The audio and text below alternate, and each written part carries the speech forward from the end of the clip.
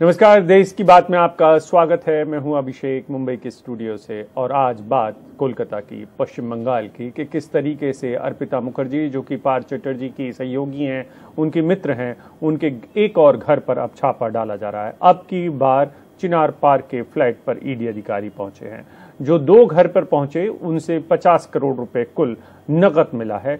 इन तस्वीरों को देखकर लोग चौंक सकते हैं कि कितना बड़ा खजाना घर में रखा हुआ था। एक जगह पर 29 करोड़, बाकी की जगह पर 50 करोड़ में से बचे हुए पैसे। तो अर्पिता इतना सारा पैसा क्यों रख रही थी? ये पैसे का सोर्स क्या था और किसके इशारे पर इतना पैसा घर में रखा जा रहा था? अगर नगद इतना है तो आप अंदाजा लगाइए कि जायदाद कितनी रखी गई होगी। ये सब चीजें अब एक के बाद एक सामने आ रही हैं। इस सब के बीच में अर्पिता को लेकर ईडी की जो जांच है वो आगे बढ़ रही है। ईडी ने उनसे जांच शुरू कर दी है। पार्थ चटर्जी को ममता बनर्जी ने मंत्री पद से हटा दिया है और किरकिरी हो रही है उनकी पार्टी की। ये तस्वीरें देखकर हर कोई हैरान है। ईडी अब तक कुल 50 करोड़ रुपए और 5 करोड़ से ज्यादा गहने अर्पिता मुखर्जी के घरों से बरामद कर चुकी है, जो पश्चिम बंगाल टीचर भर्ती घोटाले में आरोपी पार्थ चटर्जी की करीबी मानी जाती हैं। ईडी सूत्रों के मुताबिक 18 घंटे तक चली रेड में अर्पिता के फ्लैट से 3 डायरियां भी मिली हैं, जिनमें लेन देन का रिकॉर्ड कोड वर्ड में दर्ज है। जांच एजेंसी ने घर से 2600 पेज का एक दस्तावेज भी बरामद किया है, जिसमें पार्थ और अर्पिता की जॉइंट प्रॉपर्टी का जिक्र है। ईडी के मुताबिक कोलकाता के टीचर भर्ती घोटाले मामले में अब एक वरिष्ठ आईएएस समेत 4 महिलाएं ईडी के रडार पर हैं। साथ ही जांच एजेंसियों को छापेमारी में एक डायमंड रिंग भी मिली है, जिस पर पी लिखा हुआ है। यही नहीं, छापेमारी में कुछ ऐसे खिलौने मिले हैं जिन पर सेक्स टॉयज होने का शक है। बीजेपी इस मामले में ममता बनर्जी को घेरने में लगी है। ममता बनर्जी जी जैसी जो मुख्यमंत्री हैं, वो एकदम चुप बैठी है, एकदम शांत है, कोई उन्होंने आवाज नहीं निकाली। और नारदा, शारदा, चिटफंड, कोयला और आज जो है वो आपके सामने है कि यहाँ तक कि टीचर भर्ती जैसी चीजों में भी ये घोटाले सामने आ रहे हैं। और शिक्षक भर्ती के बाद जो इनके अमाउंट है, वो अमाउंट 50 करोड़ अगर अर्पिता जैसी महिला के पास निकल सकता है, तो आप सोचिए कि हम तो यही कहेंगे कि ईडी जो है इसकी अच्छे से जांच करे। যেখানে প্রয়োজন আছে এজেন্সির করুক, আমার কোনো আপত্তি নেই। এজেন্সির নামে অন্য দলের পারসেপশন খারাপ করে নিজেরা টাকা লুটে দেশটাকে লুঠেরায় পরিণত করে দিয়েছে। 3-4টে এজেন্সিকে দিয়ে গভর্নমেন্টকে জব্দ করাও, স্তব্ধ করো। মহারাষ্ট্র ভেঙেছি, ছত্তিশগড় ভাঙবো, ঝাড়খণ্ড ভাঙবো, বাংলা আমাদের হারিয়ে দিয়েছে, বঙ্গালকেও भी ভাঙবো। আমি বললাম অত সস্তা নয়। বাংলা ভাঙতে গেলে রয়্যাল বেঙ্গল টাইগারকে আগে লড়ো, বাংলায় ভাঙতে গেলে कुमीर के आगे लड़ो। वैसे दिलचस्प ये है कि जब से भाजपा सरकार केंद्र में आई है, तब से इस साल मार्च तक इन्फोर्समेंट डायरेक्टरेट ने 3555 मामले मनी लॉन्ड्रिंग एक्ट के तहत दर्ज किए। वैसे ये पीएमएलए का कानून वाजपेयी सरकार के समय आया था, जिसे यूपीए ने और ताकत दी, जबकि वही लोग इसका विरोध अब कर रहे हैं। जितना कैश टीएमसी नेता के करीबी माने जाने वाली अर्पिता मुखर्जी के पास से मिला है, उसके चलते टीएमसी से सवाल पूछे जाने लाजमी हैं। लेकिन ये भी सच है कि खुद ममता बनर्जी का जो छवि है वो एक बेदाग लीडर की है, और वो अभी फिलहाल वेस्ट बंगाल में सबसे कदावर नेता भी मानी जाती है। लेकिन इसके चलते जो ये छापामारी हुई है, उनकी जो नेशनल एम्बिशंस हैं, उनके ऊपर जो विपक्षियां पार्टी हैं वो सवाल जरूर उठाएंगी। नई दिल्ली से नीता शर्मा, एनडीटीवी इंडिया के लिए। मंत्री पार्थ चटर्जी हैं, लेकिन ज्यादा चर्चा में अर्पिता मुखर्जी आई क्योंकि उनके घर से कैश मिला। वो करीबी हैं और उनके कई कार्यक्रमों का चेहरा भी है। अर्पिता मुखर्जी के पास ये 50 करोड़ रुपए किसके हैं, इसको लेकर अब बड़ा सवाल उठ रहा है। तो इसी को जानने और समझने की कोशिश हम आपको कर रहे हैं, हम आपके साथ, कि किस तरीके से कोलकाता में रियल लाइफ जैसी एक जिंदगी खुद अर्पिता की जिंदगी है। देखिए इस रिपोर्ट में। আইনের উপর আস্থা রাখি, এটাই বলবো। আইন আইনের পথে চলবে। एक मॉडल के ये बोल सियासी लग सकते हैं। उसके घर से मिले 50 करोड़ रुपए कैश और कई किलो सोने की मालकिन वो खुद हैं या उनके मित्र पार्थ चैटर्जी, ये सब अब ईडी की जांच में साबित होगा। लेकिन अर्पिता मुखर्जी की रियल लाइफ की कहानी उतनी ही फिल्मी है जैसी रियल लाइफ में उनके किरदार की हुआ करती है। कोलकाता से दूर एक उपनगरीय इलाके बेलघोरिया में ये अर्पिता का साधारण सा घर है। बताने के लिए काफी है कि अर्पिता की चमकीली दुनिया की शुरुआत कहां से हुई। मां बूढ़ी हो चली है, बेटी के पैसों के बारे में उसे कुछ नहीं पता। बेटी पिछले हफ्ते हालचाल जानने जरूर आई थी।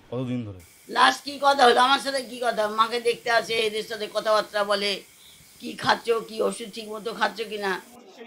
प्रवर्तन निदेशालय कह रहा है कि उसके छापों की कार्रवाई पूरी हो चुकी है, लेकिन वो अब भी उन संपत्तियों का ब्यौरा तलाश रहा है जो मंत्री और अभिनेत्री के नाम पर हैं।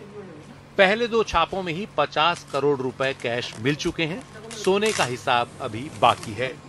ईडी को अभी ये भी जानना है कि अर्पिता सिर्फ पैसों का हिसाब किताब रखती थी या फिर इस घोटाले में उनका भी सीधा हाथ है। ईडी को जो कागज मिले हैं वो इशारा कर रहे हैं कि अभी 2 कपड़ा कंपनियों की भी जांच होगी। ये सीधे तौर पर अर्पिता से जुड़ी हैं। अर्पिता मुखर्जी और पार्थ चैटर्जी के कारोबारी रिश्ते तो दिख ही रहे हैं।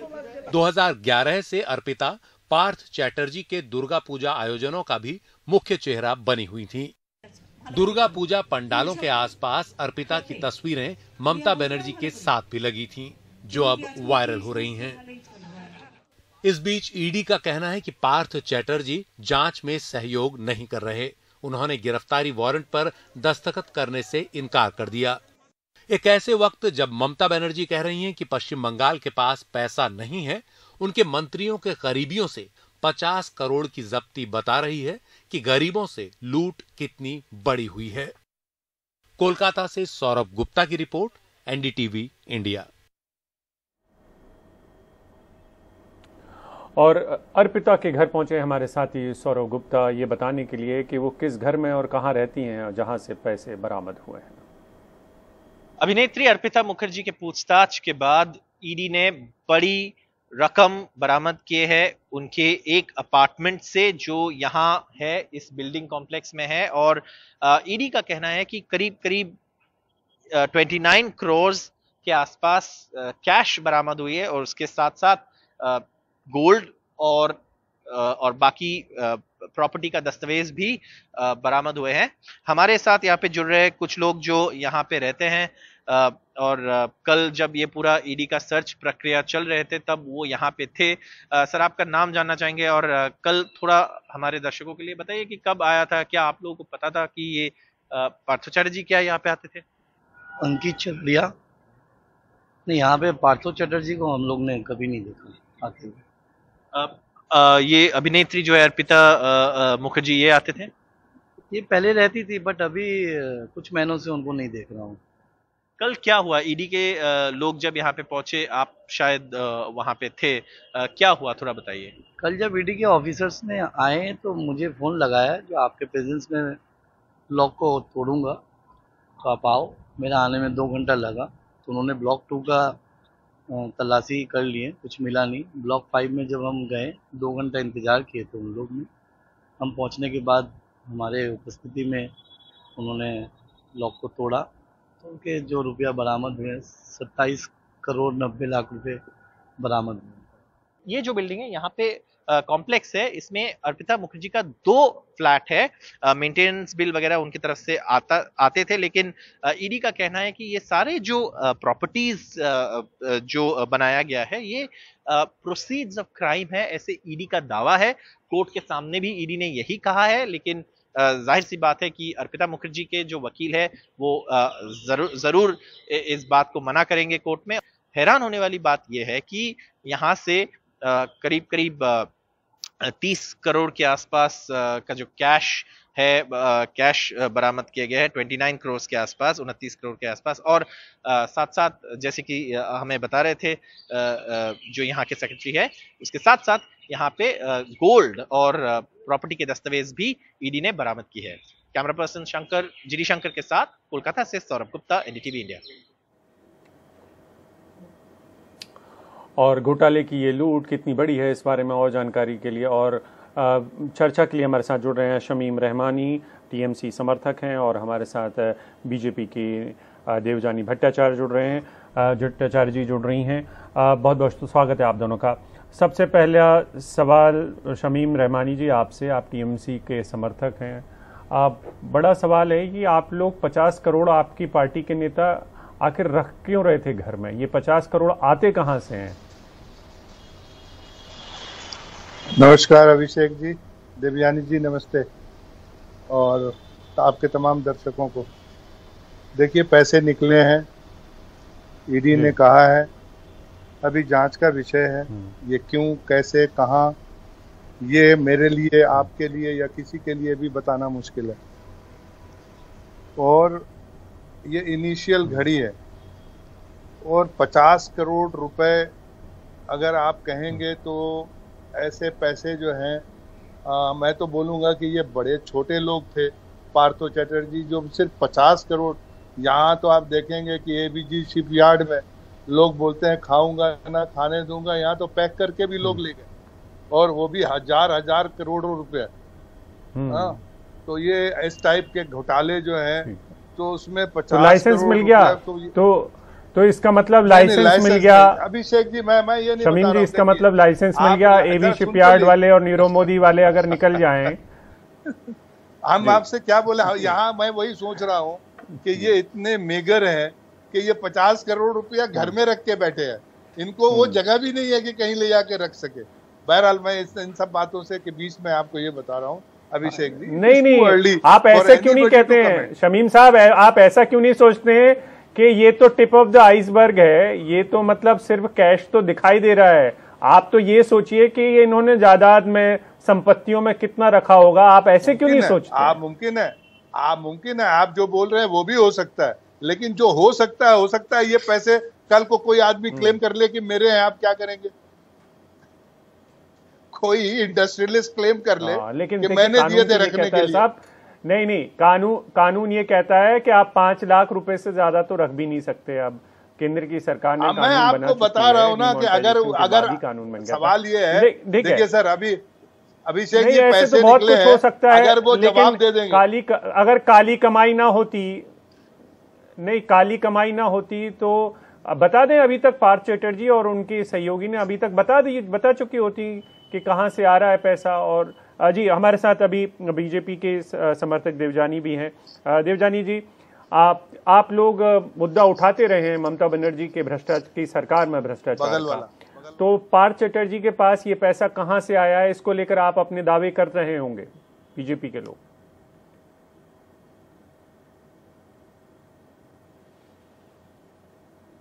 राजनीतिक विश्लेषक है, तो बात यह है कि पार्थ चैटर्जी के पास इतना पैसा कहां से आए, ये तो जांच के विषय है, और ईडी अभी वही जांच कर रही है इतने पैसे कहां से आ गए। लेकिन अगर आप पश्चिम बंगाल की तरफ देखोगे तो ये एक कैश हेवी स्टेट है। इनके पास, गवर्नमेंट के पास पैसा बिल्कुल नहीं है। वो अपने कर्मचारियों का सैलरी भी ठीक तरह से दे नहीं पाते हैं। लेकिन आपको समझ में आता है अभी इनके पास पैसा कहाँ रहता है, क्यों नहीं है इनके पास पैसा। गवर्नमेंट तो एक रेवेन्यू डेफिसिट स्टेट है, एक प्राइमरी डेफिसिट स्टेट है, और इनका रेवेन्यू कलेक्शन उतना नहीं है जितना इनके ऑफिसर लोग कागज पे दिखाते हैं। लेकिन पैसे इनके मंत्रियों के पास होते हैं, मंत्रियों के दोस्तों के पास होते हैं। सिर्फ पैसे ही नहीं, सोने की बिस्किट्स भी होते हैं। तो ये आ गया है सब जगह। गोल्ड के ऑर्नामेंट्स सिर्फ नहीं, गहना सिर्फ नहीं, गोल्ड के बिस्किट्स भी मिलते हैं। तो आपको तभी ऐसा सोच आती है। पार्थ चैटर्जी का ऐसा कोई कारोबार है जिसके बारे में आप हमारे दर्शकों को जी देवजानी जी, क्या आप लोगों को पता है कि पार्थ चटर्जी का कोई और व्यवसाय हो? लेकिन ईडी के पास जितना डॉक्यूमेंट्स उनके पास गया है, उनमें एटलीस्ट 7 कंपनीज ऐसे हैं जिस कंपनी में अर्पिता मुखर्जी भी है और पार्थ चैटर्जी भी है।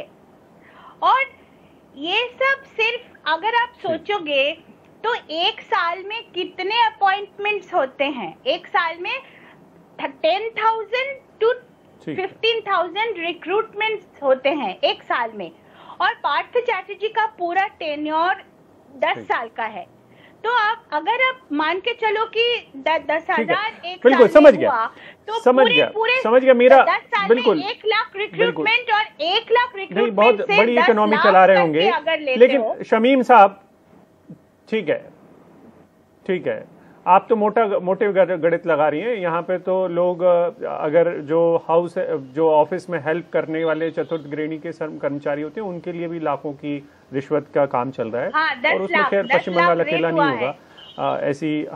ठीक है शमीम साहब, लेकिन आप मुझे एक बात अगर बता दें कि ऐसी मुख्यमंत्री किस काम की, अगर उन्हें नहीं पता है कि उनके मंत्री क्या कर रहे हैं, अगर इस पैसे की जानकारी एक मुख्यमंत्री को नहीं है कि उनके एक मंत्री के मित्र के घर में 50 करोड़ रुपए रखे हुए हैं, तो ऐसे मुख्यमंत्री का इंटेलिजेंस और खुफिया विभाग क्या करता है, या फिर उनकी बाकी के डिपार्टमेंट क्या करते हैं?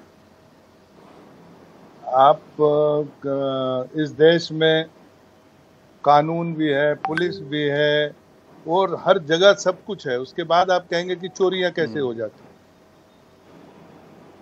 कैसे? तो मैं कहूं क्या हुकूमत को नहीं मालूम? नहीं साहब, लेकिन चोरी आपके घर में अगर नहीं मेरी बात सुनिए, नहीं, लेकिन आप एक कुंबा चला रहे हैं। आप 2011 से देखिए शमीम साहब, देखिए 2011 से आप अगर किसी को मंत्री रखे हुए हैं, और वो मंत्री लीडर की पसंद के बिना नहीं बन सकता है कोई मंत्री, आपको भी पता है। तो उसमें पार्थ चटर्जी ऐसा क्या करते थे जिसकी वजह से वो बहुत पसंदीदा थे? क्यों पसंद है? डिपार्टमेंट मैं आपको और बता दूं कि क्यों पसंद था, वो भी बता दूं। आप देख लीजिए कि 2011 में जब वो गए थे, उन्होंने जो है अपने इलेक्शन के ब्यौरे में जो अमाउंट दिया था, जब वो 2021 में जब वो दोबारा जब जो है इलेक्शन में खड़े हुए, उनके जो आमदनी में है, जो लिस्ट उन्होंने दिया है, उसमें कटौती है, कमी हुई है उनके इनकम में, जो उन्होंने दिया था इलेक्शन कमीशन को।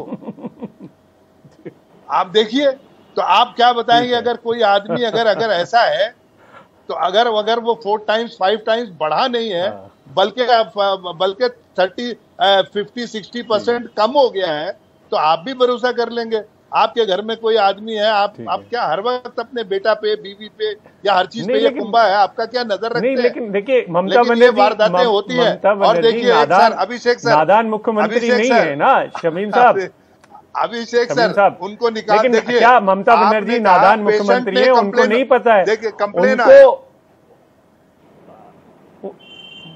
जी, कंप्लेंट आया जी, बोलिए। इन्वेस्टिगेशन उन्होंने अपने तरीके से भी की, और आज उनको निकाल दिया। हमारे पास आप क्या बोलते हैं कि जब तक कोई थाने में जाके कंप्लेंट ना करे। बिल्कुल कंप्लेंट बड़ा मतलब मुझे है ना ये सब चीजें इतनी, मुझे ये सब ठीक है। देखिए आज जो है आप लोगों के इस भोलेपन पे, मतलब सदके जावा वाली बात है कि आप लोगों का ये भोलापन बहुत अच्छा लगता है, लेकिन जनता है उसको सब समझ में आता है। शमीम साहब, इतना सारा कैश मुख्यमंत्री को ना पता हो, ये बड़ा सवाल खड़ा करता है।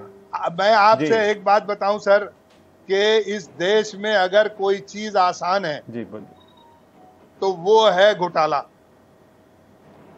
आप इससे ज्यादा आसान कोई काम मत समझ लीजिए। बस क्या है कि कब किसकी नीयत बिगड़ जाए ये मालूम नहीं है।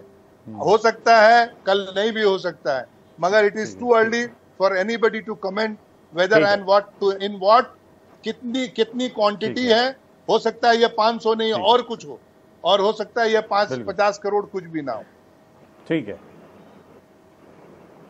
बिल्कुल। बहुत बहुत शुक्रिया शमीम साहब। देवजानी जी, माफी मांगता हूँ, आपको कम वक्त दे पा रहा हूँ, इसके लिए मैं माफी चाहता हूँ आपसे। बहुत बहुत शुक्रिया, आप दोनों हमारे साथ जुड़े।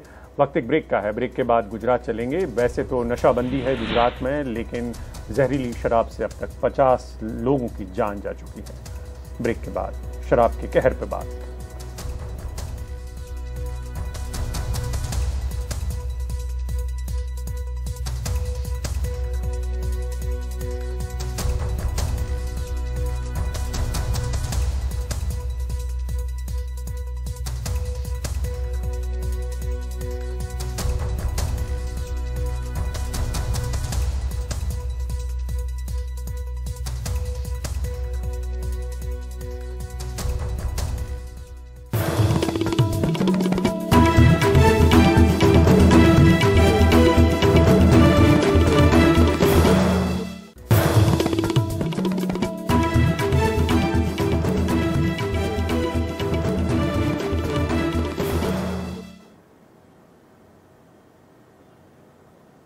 बात मध्य प्रदेश के दमोह की, जहां पर राज है केंद्रीय सरकार के जल शक्ति मंत्री प्रहलाद पटेल का, और वहां पर दूषित पानी से 2 लोगों की मौत हो गई है।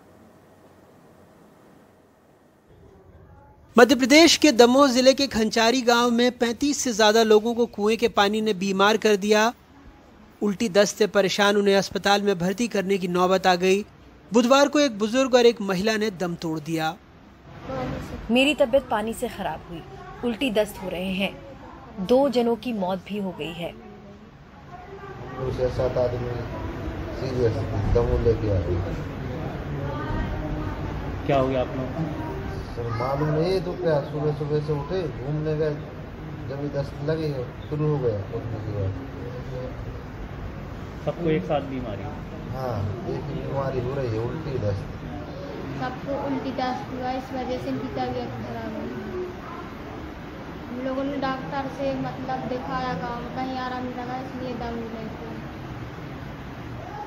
कुछ खाया पिया था? नहीं, कुछ नहीं खाया। पानी पी रहे। कहाँ का पानी पिया? कौन से पानी? कुआं का। कैसा पानी पिया? कई बरसात होती है तो बंद हो जाता है।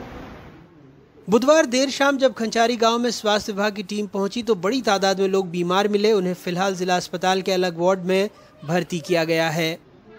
दूषित पानी का मामला समझ में आता है और गांव के लोग, एक कुआं है वहां पर, वो उसके आसपास थोड़ी सी गंदगी भी थी, कीचड़ था आसपास, और मुझे ऐसा महसूस भी हुआ कि बरसात होने की वजह से आसपास के क्षेत्र में पानी भी सही तरीके से उपलब्ध नहीं हो पा रहा है, तो इस कारण ही संभावना बनती है।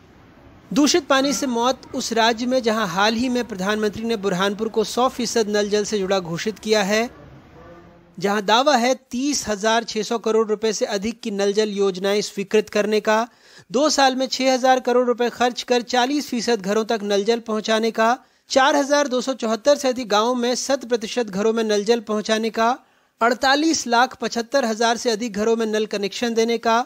उसी राज्य में खुद केंद्रीय जल शक्ति मंत्रालय की रिपोर्ट कहती है कि 52 में से 43 जिलों के पानी में फ्लोराइड की मौजूदगी पाई गई है, जिसमें से 16 जिलों में ये खतरनाक स्तर पर है।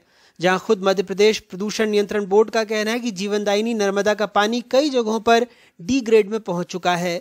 CGWB के आंकड़े कहते हैं कि मध्य प्रदेश सर्वाधिक नाइट्रेट प्रदूषित राज्यों में शुमार है, जहां कृषि क्षेत्र में करीब 70% रसायनों का इस्तेमाल होता है। दमोह से जल शक्ति मंत्री प्रहलाद पटेल आते हैं। उनके अपने ही घर में लोग दूषित पानी पीकर बीमार पड़ते हैं, उनकी मौत हो जाती है। बहरहाल मध्य प्रदेश में नर्मदा जैसी नदियों को जीवित इकाई का दर्जा मिला हुआ है। हर सियासी मंच से नेता इसके नाम का इस्तेमाल करते हैं। कहते हैं नर्मदा को देखने से ही उतना पुण्य मिल जाता है जितना गंगा में स्नान करके। लेकिन लगता है हमारे हुक्मरान नर्मदा तो छोड़िए, अपने गली, गांव, मोहल्ले, शहर की नदी, कुएं, तालाब, बावली कुछ भी नहीं देख पाते। भोपाल से कैमरा पर्सन रिजवान खान के साथ अनुराग द्वारी, एनडीटीवी इंडिया। गुजरात में शराबबंदी है और वहां पर जहरीली शराब पीने से 49 लोगों की अब तक मौत हो चुकी है। शराबबंदी वाले गुजरात में शराब के इस कहर पर सौरभ शुक्ला की रिपोर्ट। गुजरात के बोटाद में रहने वाली मनीषा बेन की चीखें सीना चीर देने वाली हैं। 25 साल की उम्र में ही मनीषा बेन से पति का साथ छिन गया है। मनीषा की 2 बेटियां भी अनाथ हो गईं। मनीषा बेन के पति 27 साल के भूपत भाई की सोमवार को जहरीली शराब पीने से मौत हो गई।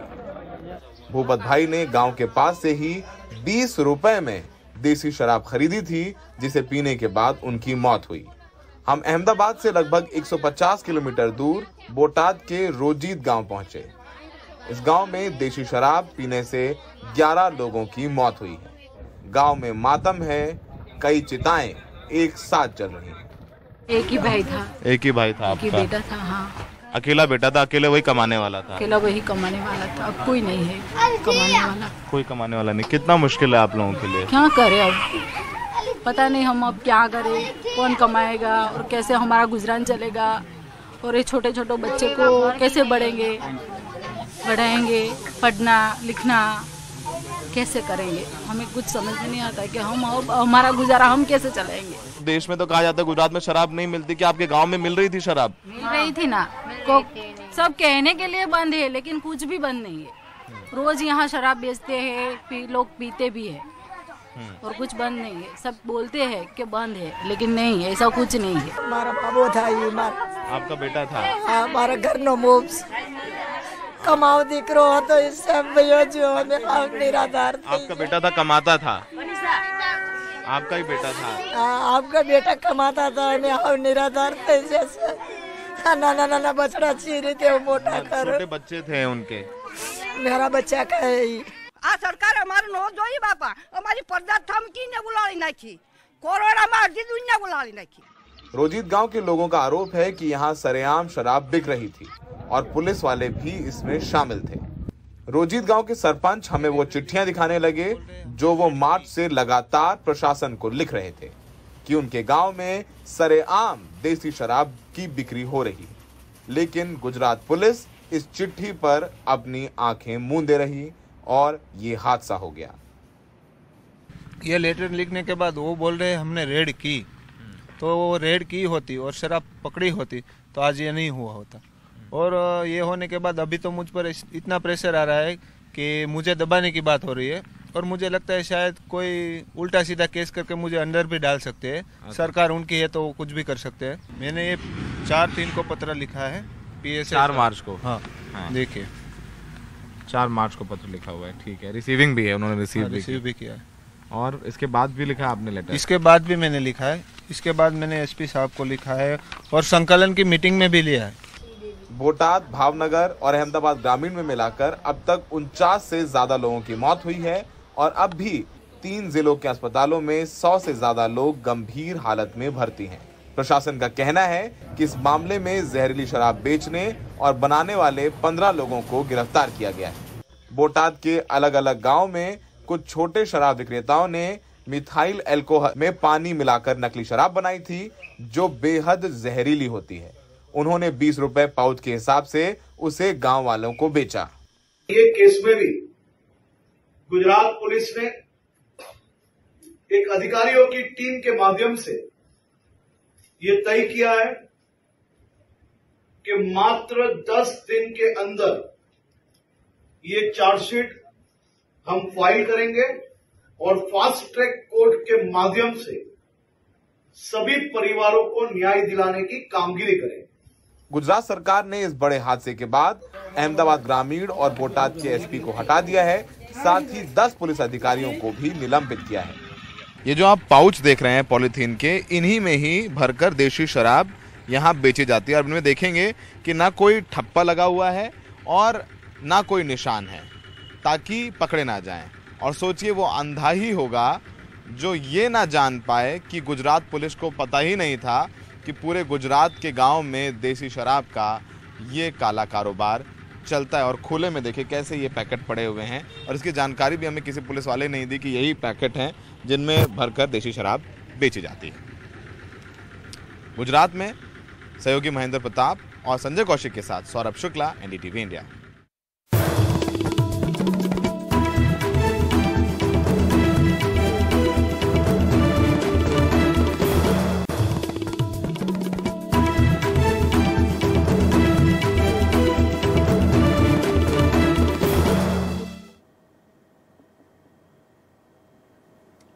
भारतीय जनता पार्टी बिहार में कुछ नया कर रही है। अपने तमाम मोर्चा के अधिक पदाधिकारियों का जमावड़ा करने वाली है। पटना में ये तमाम लोग जुटेंगे, सभी मोर्चा पदाधिकारी होंगे उसमें, और इस कार्यक्रम का उद्घाटन जहां पर राष्ट्रीय अध्यक्ष JP नड्डा करेंगे और जबकि समापन जो है वो अमित शाह करेंगे, केंद्रीय गृह मंत्री।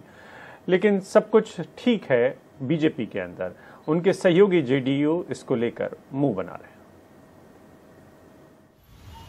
इन दिनों पटना शहर का कुछ ऐसा नजारा है, शायद ही कोई कोना हो जहां शनिवार से 2 दिनों के भाजपा की बैठक के पोस्टर ना हो।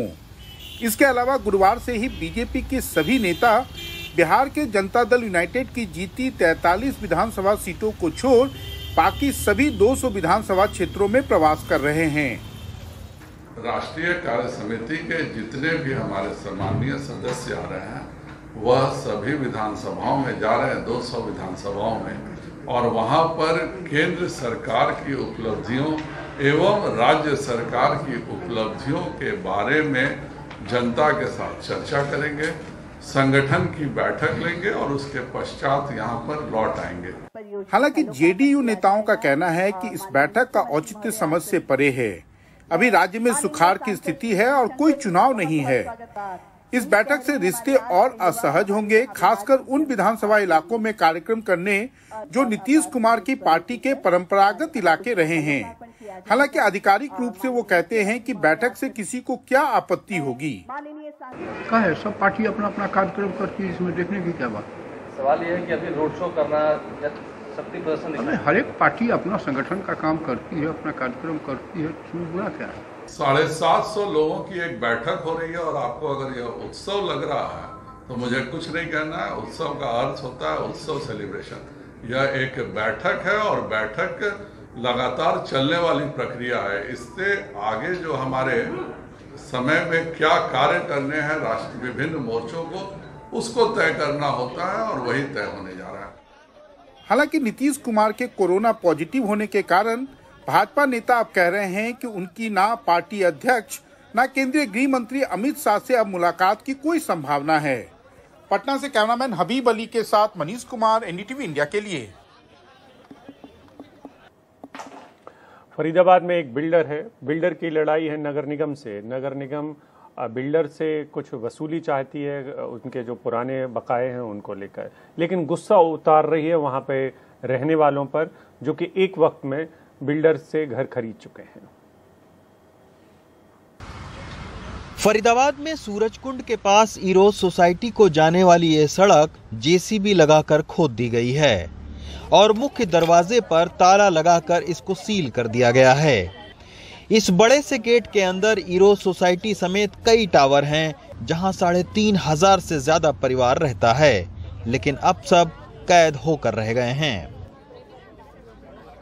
हमारा टावर इसके एकदम नजदीक है और हम इसी सड़क को यूज करके दिल्ली जाते हैं शूटिंग रेंज से। ये हमारा तो मतलब पैर ही काट दिया इन्होंने। दरअसल बिल्डर और फरीदाबाद म्युनिसिपल कॉरपोरेशन के बीच टैक्स को लेकर विवाद है। कॉरपोरेशन जब बिल्डर से टैक्स नहीं वसूल पाया तो यहाँ रहने वाले लोगों पर उसका गुस्सा उतरा। कॉरपोरेशन वाले कह रहे हैं कि ये जगह एमसीएफ की है और इनको जो है हमने नोटिस ऑलरेडी कई सालों से दे रहे हैं। हमारी अमाउंट है 3-4 लाख रुपए, करोड़ रुपए, आप बता 3-4 करोड़ रुपए उनका है, वो नहीं दे रहे। अब उसमें बिल्डर क्या सफर कर रहा है, सफर तो हम लोग कर रहे हैं सब। इस सोसाइटी में फ्लैट्स की कीमत 40 लाख रुपए से लेकर 1.5 करोड़ रुपए तक है, लेकिन उसके बावजूद बिजली पानी की समस्या से पहले ही यहाँ के लोग जूझ रहे हैं। अब बिल्डर के बकाये की वजह से इनका रास्ता तक बंद हो गया है। फरीदाबाद से रवीश रंजन शुक्ला, एनडीटीवी इंडिया।